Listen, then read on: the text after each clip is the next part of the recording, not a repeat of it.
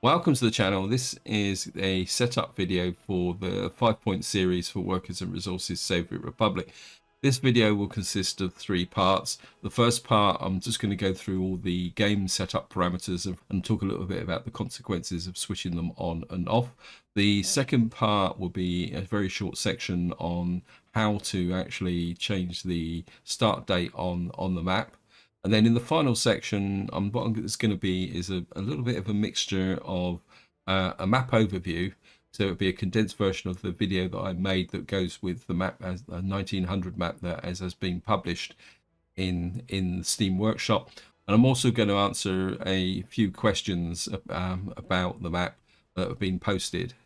So that out the way, we might as well get struck straight in. And of course, the first thing we've got to do is go to new game.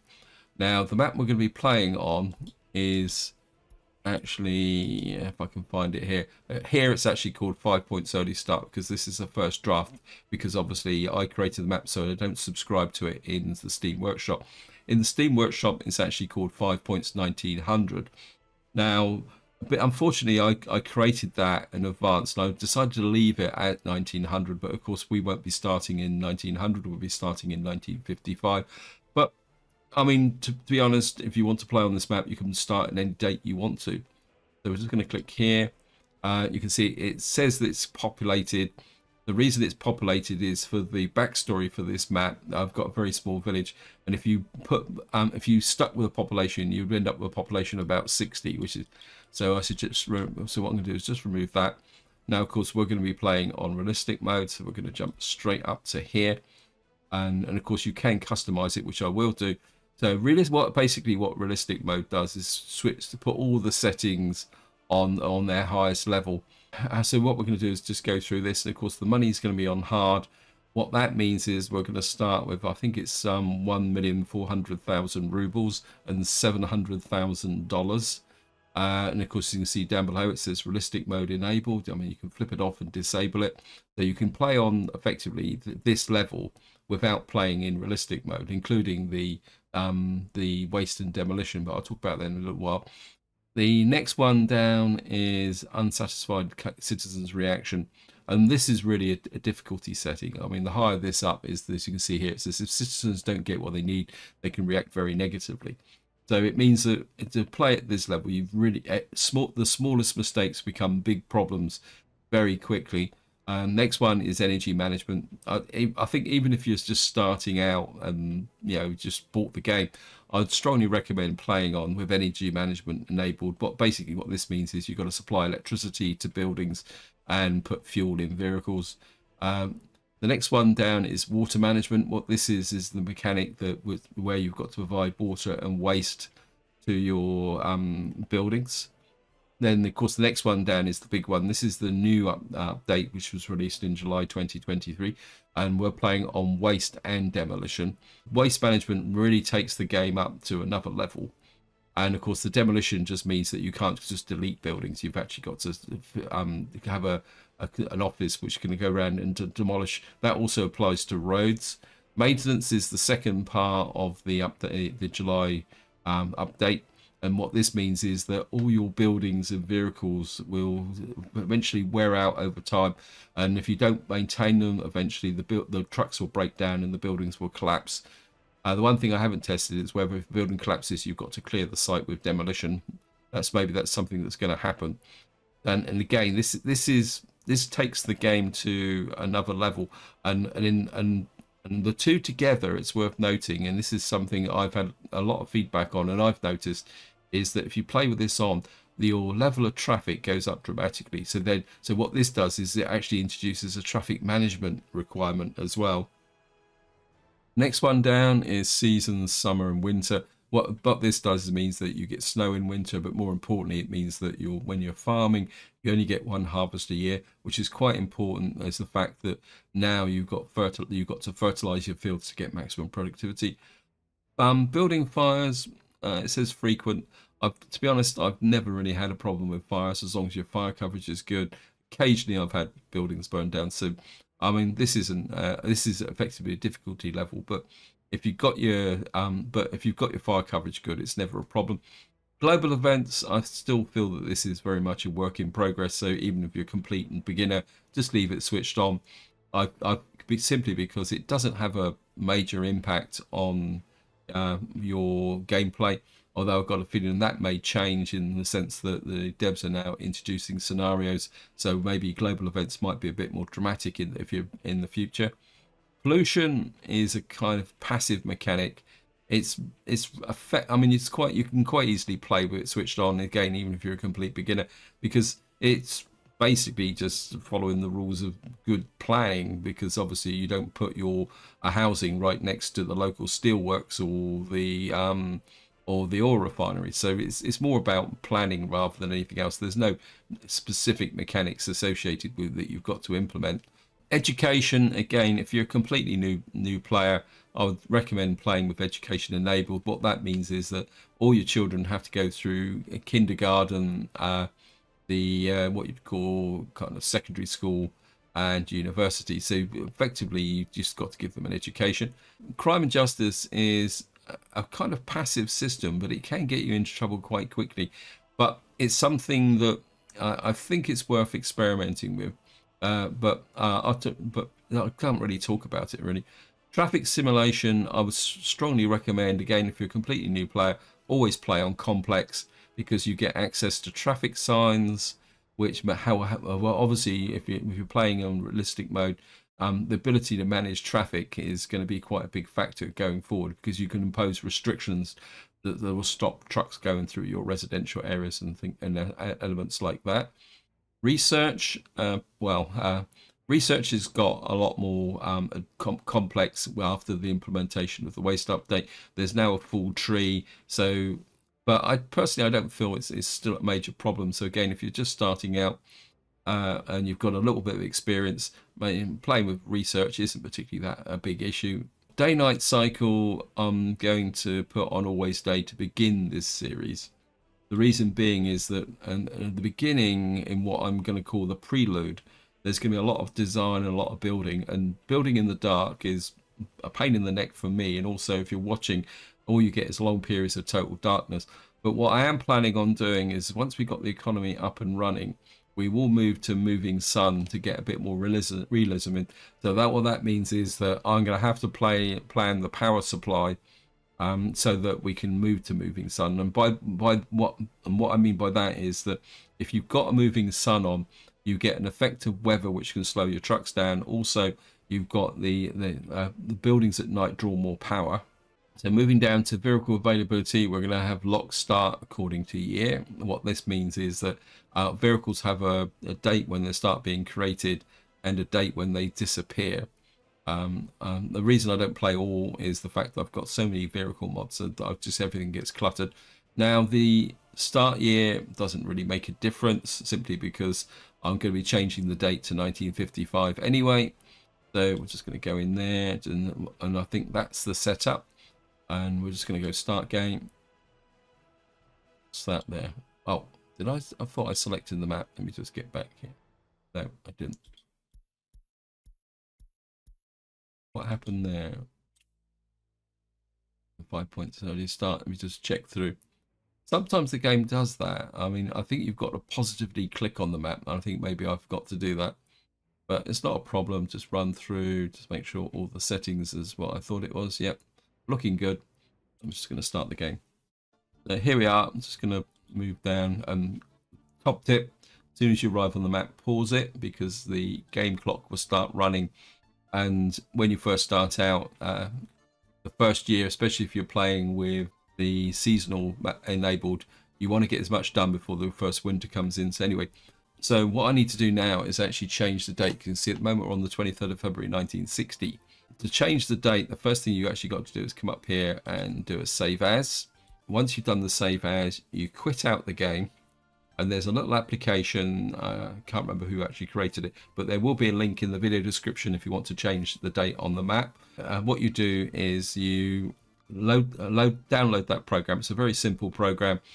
You then click on start it running, and then what you'll find is it's got a couple of little entries tabs. And then it says open file. And what you've got to do is go find your save game, and then when you get to the save game, just go down, open the folder, and you'll see that there's a bin file in there. And what you do is you click on that bin file, and what will happen is the application will show the current date, and then the box below is where you type in the date you want to be in, which in this case will be 1955. And that's all you got to do, because once you change the date, and I think there's a save button, you say to the save button, what that does is it actually updates the bin file for your save map.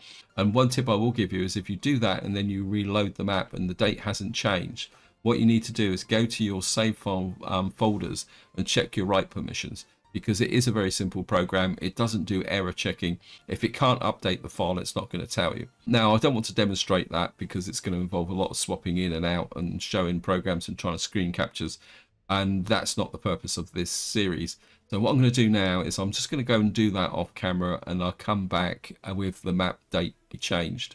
So here we are. I've updated the map and loaded it in. You can see we're now on the 23rd of February 1955. You can see we got the 1.4 million rubles and $700,000. Now, in this section, what I'm going to do is give you a kind of very quick overview of the map and a little bit about what we're going to be doing. Now, if you've already watched the overview video, I'm going to duplicate that very much in lesser detail. But there are a couple of things which I'm going to talk about first, just to answer your questions, and then I'll do the map overview. Now, the biggest question I got was related to shipping and whether shipping would actually cross this border post, because if I bring this up here, you'll see that I've brought the border right in, and I've actually play tested this, and the shipping and aircraft will cross this line here, because the ships and aircraft are a little bit more flexible than vehicles. But the thing you can't do is, if I get a road here and go across here, you'll see that now it won't go green, and it will say outside map borders. So you can't build a physical road or rail link over here.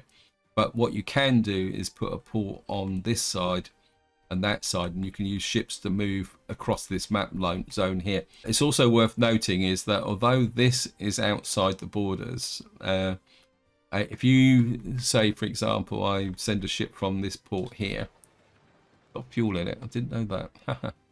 That's okay. It can stay there. A little bit of a bonus.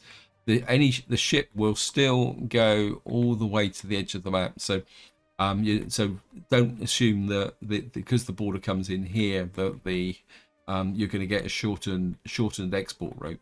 The ships still go to the border. In fact, if you actually follow one, if you do play on this map on the border, you'll see the ship will quite happily, a ship going to NATO will quite happily sail up through this section and go out the map this way.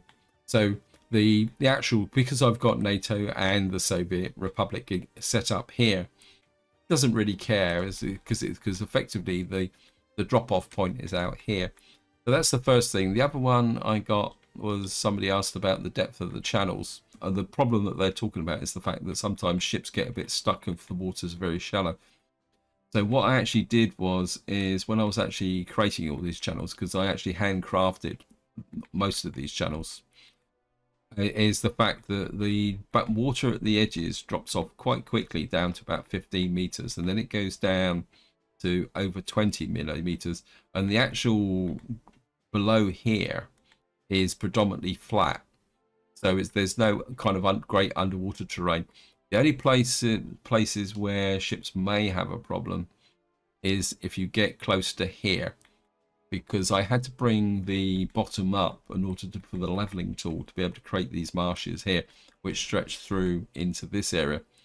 And you can see with this, but because this levels here it's quite relatively easy to cut a channel through here if it fits what you want to try and do.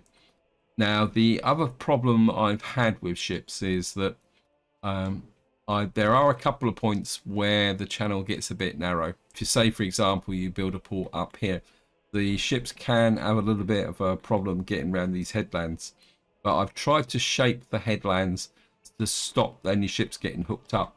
And I have play tested it, and it does seem to work. The only one where I had a little bit of a problem was over here for some reason, despite the fact that this gap is actually bigger than this gap.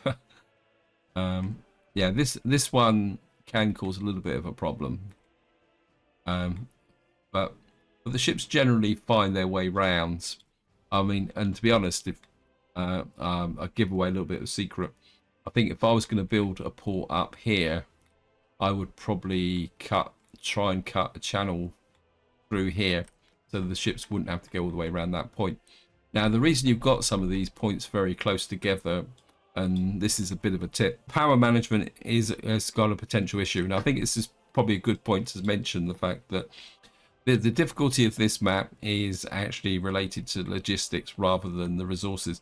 Now, hidden around the map is some very strong resources, but the real challenge is going to be setting up the logistics system to be able to deliver that. And that has actually been heightened by the waste management system, by all the the extra requirements for deliveries. I can't think of any other questions that have been asked.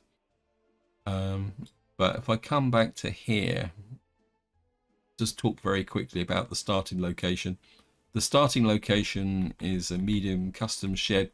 Up here we got a cathedral, because of course what we're going to be doing in this series is building a major town here and then slowly expanding outwards.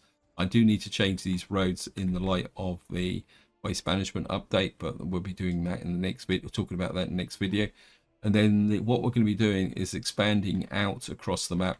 And you can see in the expanded map, you can see that there's 4 Soviet border posts and 2 NATO border posts. And again, this is very much intended to give players a reason to expand out here. And that's also the reason why we've got all these deep valleys cut in here, because I wanted to give a logistical reason why you'd use ships and aircraft, and also provide that little bit of a challenge of getting out and across the map. Now, the other thing with this map is you can see that a lot of the roads have been pre-drawn. The reason for that is, well, there's 2 reasons. One, I use water erosion to create the hills, and quite extensively. So if I show you like places like here, the terrain is pretty rough. So what I ended up doing is, because also that when I actually generated the rock formations, the game got very enthusiastic, and at first I didn't really like it, but eventually it grew on me. So what I did is to kind of help with the logistics and kind of guide through here, I started putting in little bits of link like that. Also, because we got these deep valleys, and if I come here, you can see that the roads kind of look like spaghetti down the side. And it took a long time to create these with the terrain editor tools. And it occurred to me that there's no way you're ever going to be able to build these roads with these tools, mainly because of the presence of the rock formations. So what I did was I put these in as well, and then eventually it just grew into, because of the theme of the map is 5 points. And because I wanted the point in the center where all the 5 roads joined together, eventually all the roads just joined up, so I kind of just put the roads in. But they're all mud roads, so I think the only thing that's not mud is the footpaths through the gravel here. There's some footpaths through the gravel here. The reason for that is that I tried to put mud footpaths in and it looked pretty awful, actually. And I think that's enough of an overview. The one thing I will say in relation to the series that I'll be playing is that I do know the fact that there is very few resources on this center area here. I mean, there is coal. I'll just show you a little bit of, do a little bit of surveying. If I come to fossil fuels, find a coal. If you go across here, you will find some very weak deposits, and there's also the same with iron. But there's not enough to build a big industry, and probably more importantly, there's not enough really here to run anything over a small power station. So one of the kind of key objectives is something I don't normally do in my series, is we're going to go looking for nuclear power. Now, I do know that there's some nuclear power source, like a uranium, fairly close in, but to be honest, I can't remember where I put it. Getting out and finding uranium is going to be quite important for this series, because I think if we're going to build this area up to a very large scale, the only realistic power source we're going to have is nuclear power. So I think this is where I'm going to leave it. Hope you enjoyed this short video giving an overview. In the next part, which will be published at the same time as this, I will flesh out the backstory and explain why we're starting in 1955. But until next time, whatever you do, enjoy your gaming.